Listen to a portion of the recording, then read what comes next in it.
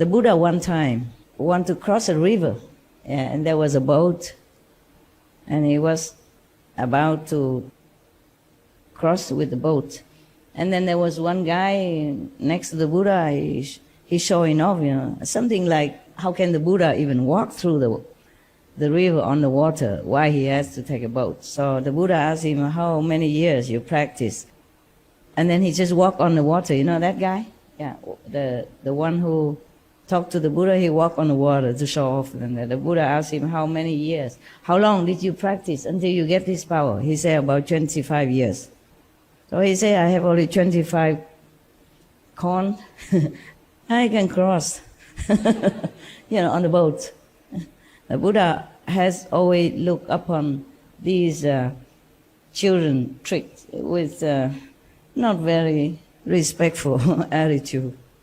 He always told Maudalayana, tell him not to use magical power anymore, but he cannot help it. He get used to it. Yeah, he followed the Buddha, but he cannot forsake everything, except his hair and maybe his house. Yeah. So finally, he died by higher magical power. Maybe not higher, but they gathered together, many of them, to counter him alone. So he alone wasn't able to withstand their united power. Because they was very angry with him. Maybe many times he make fun of them or something, or defeated them. So they were very angry. Yeah. So finally they gathered together, different sects, and then they killed him. He died tragically. If we did something wrong to someone, even coincidentally or intentionally, we will reap it. Someday, some lives, many hundreds or many thousand years later, it will bear fruit. There is nothing that happens without reason. There must certainly be some antagonism from some previous birth. You see, you understand? Past life, trouble with each other, somehow, accidentally or on purpose. If we did something wrong to someone, even coincidentally or intentionally, we will reap it. Someday, some lives, many hundreds or many thousand years later, it will bear fruit. Like the Buddha said, he just kicked the head of the dead fish, already dead, just to see if it's still dead or not. Then he had headache in the present life when he was Buddha, Shakyamuni Buddha. Many other things, yeah. Being in this world, we can never be immune from making karma. That is a problem. If you remember all the stories I read to you about the Buddha's past lives, you will remember. Or maybe many stories I did not tell you. Even the Buddha, who had been Buddhas for eons already, before he became Shakyamuni Buddha, before he keep reincarnating on this planet to make affinity with other beings, before, he had already been a Buddha. That's what he said, yeah? And that's what he was. But still, when he came back, when he reincarnated as humans, he made many mistakes. Either provoked by situation, others, or circumstances pushed him to do that many, many times. And then he had to reap the consequences in other lifetimes. Even Lord Mahavira, in other previous reincarnations, he had done something also not very benevolently to someone else. Probably that someone else, if we look further, long time, far into the existence of other beings, we will probably see that that being probably had done something to him. And then he, in that lifetime, did something back to him, pushed by inconceivable force of karma that you could not even resist. With all your might, with all your wisdom, with all your knowledge, with all your learned and practiced meditation and virtues, you still had to go with that flow, with the karma. So actually, it is true, it's said here that nothing happened without reason, even though we did not see the reason. It's not apparent that this reason caused that thing to happen. No. Okay, huh? So in this lifetime, even if we are initiated, and even if we meditate a lot, things still do happen to us sometimes, even though lessened to some degree, lubricated to some extent, we still need to bear it. All right? Even the masters, no exception. Even the Buddhas, no exception. More or less, we do have to pay anything that we incur, any debt that we incur from the past many lifetimes that we don't even remember, or even remember. So, if you want more experience inside, if you want more realization, you must work hard on it, okay? Don't let the illusionary scenery around you, anything at all, tempt you, distract you, disturb you, or obstruct you, okay? You must really, really, sincerely want it above anything else. Then you will get it. That is for sure. That's the law of the universe. Whatever you want, you will have it. Because you are God. Because you have God inside you. So, whatever you want, sooner or later, it will manifest to you. That is for sure. There's nothing can change that law. So make sure you want it. Make sure you want self-realization. Then you will have it. I promise. But depends on if you want or not, okay?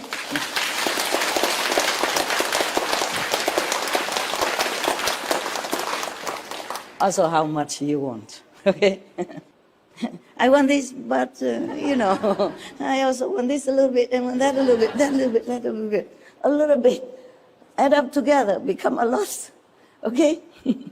And you're only one person, and you have only so much time in your day and in your life. So if you share your desire to so many things, then it's very difficult to harness all your power into one pointed concentration. And that's why you do not progress very well. You yourself are to be blamed. Don't blame God, don't bless you, don't blame Master, don't take care of you. We all do work very hard for you. From heaven to earth, everyone works very hard to help you. Even animals, they bless you. Trees support you. The earth you walk, love you, and help you. All blessing for you, just for you.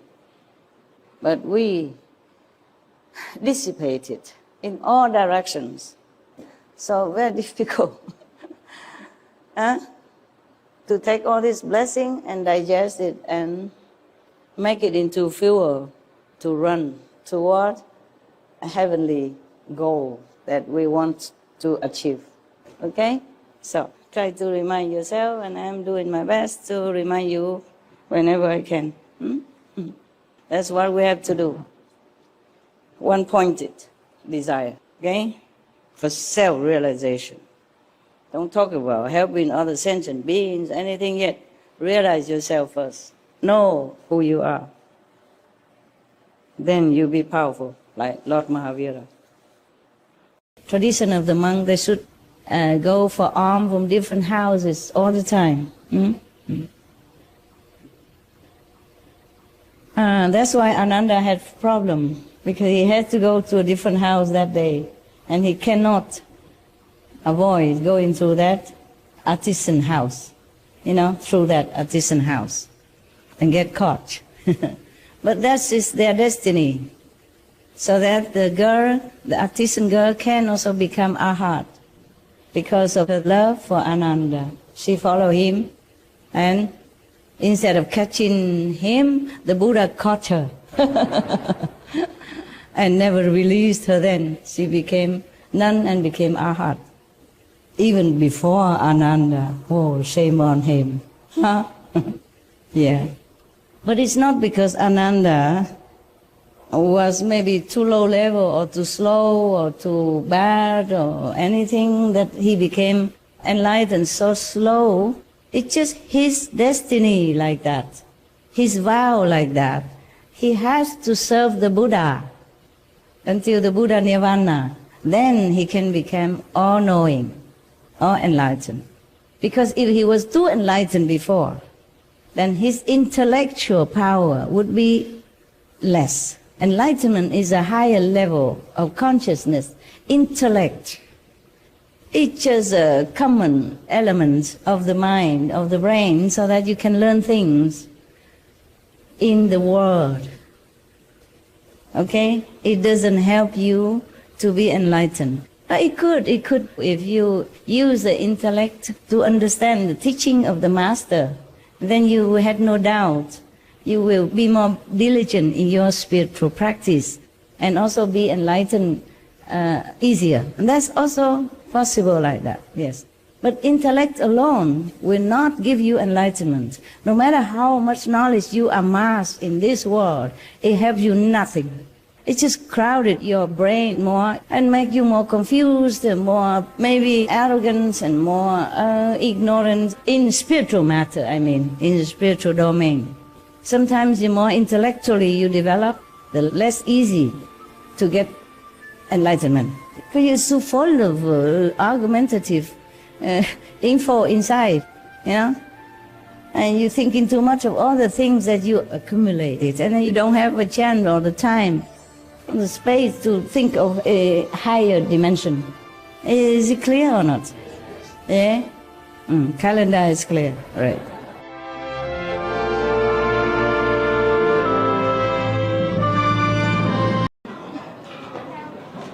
I think in the future, the law or the government have to make the law to protect rare species, like Master, you know.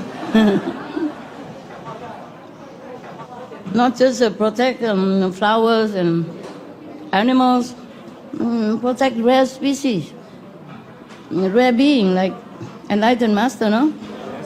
Unfortunately, up to now, we have not tried to protect any Master that came to our world. Most of them died so terribly. Sometimes I think about that, I cry alone in my house. I think of Jesus, you know, or other Masters that I know. We, our planet, our world would have been much better, more advanced, more civilized, peaceful, long time ago, if we have learned to protect, you know, great Masters that came to our planet to help us unconditionally. We did not. That's why it took so long. And now we begin to get better. Even if they die early, die young, or die very painfully, but they still help us, no? They don't forsake us. Lucky for us. Even if they die young or tragically, whatever they have done, their presence on the planet still helped at that time. And other Masters come, you know, like different bricks, keep building into a beautiful mansion. Yeah. Each of them bringing with them some blessing, huh? And slowly we advance until today. Never forget, huh? Never forget to thank them, huh? Okay?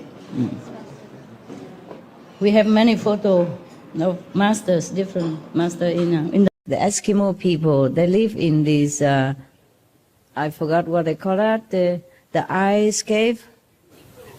Huh? Igloo. Yeah, igloo.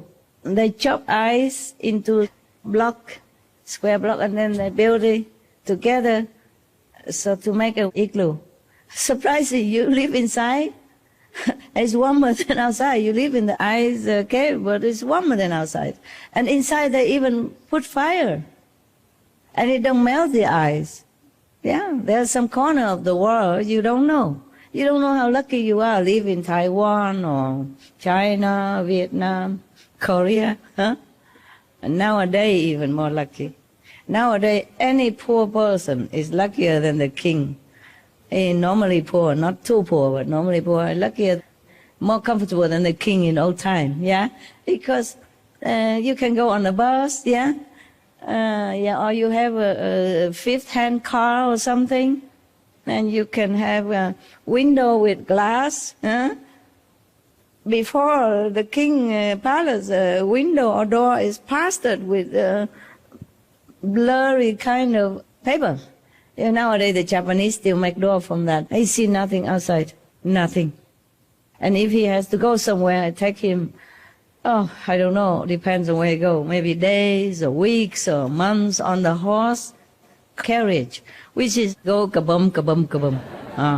And the saw, royal butts, yeah, for days or weeks or months on end. Even the royal butt still has to be sore because it's the condition of a horse carriage.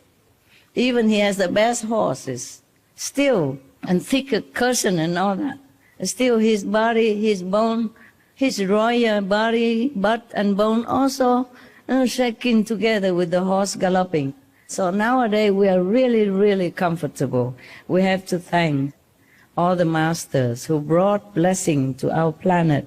Thanks all the sacrifices of past, present, master and practitioners. Thanks all the heavens, together with human saints and good human that form a field of blessing for us to enjoy. Heavens can bless, but we human must also do something.